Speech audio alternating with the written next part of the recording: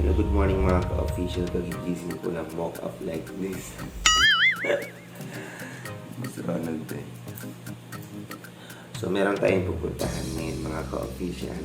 Ipakita ko sa inyo kung gaano ka El Nino is real.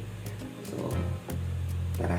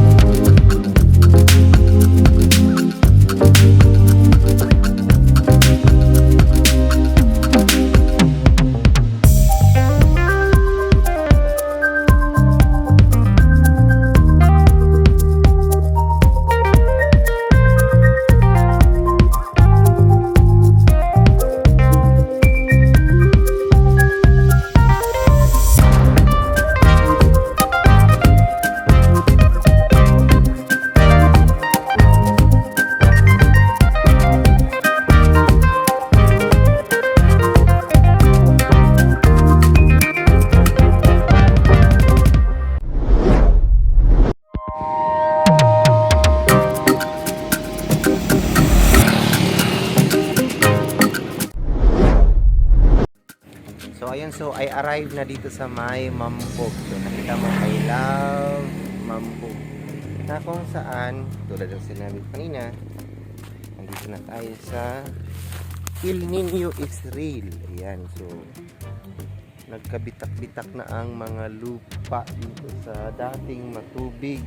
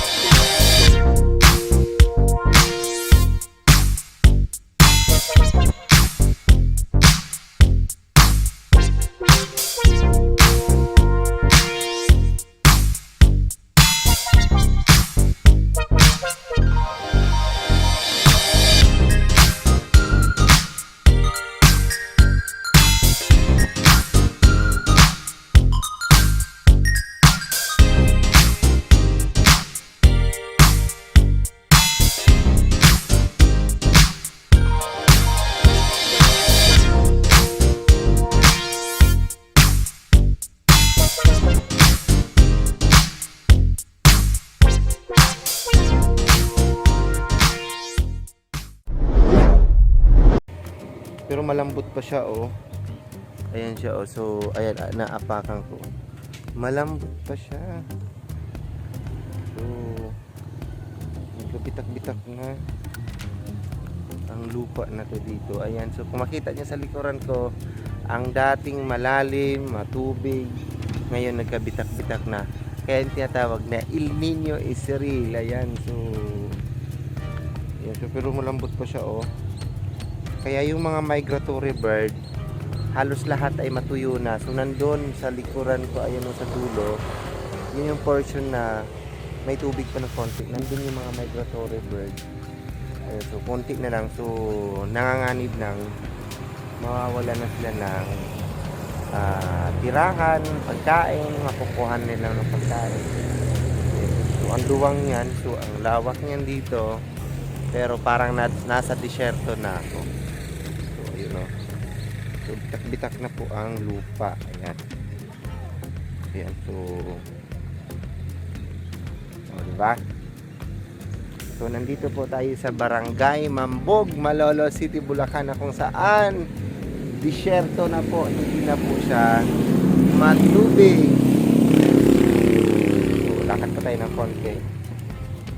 Malambot siya pero bitak-bitak na sa sobrang init. Ayan na, oh.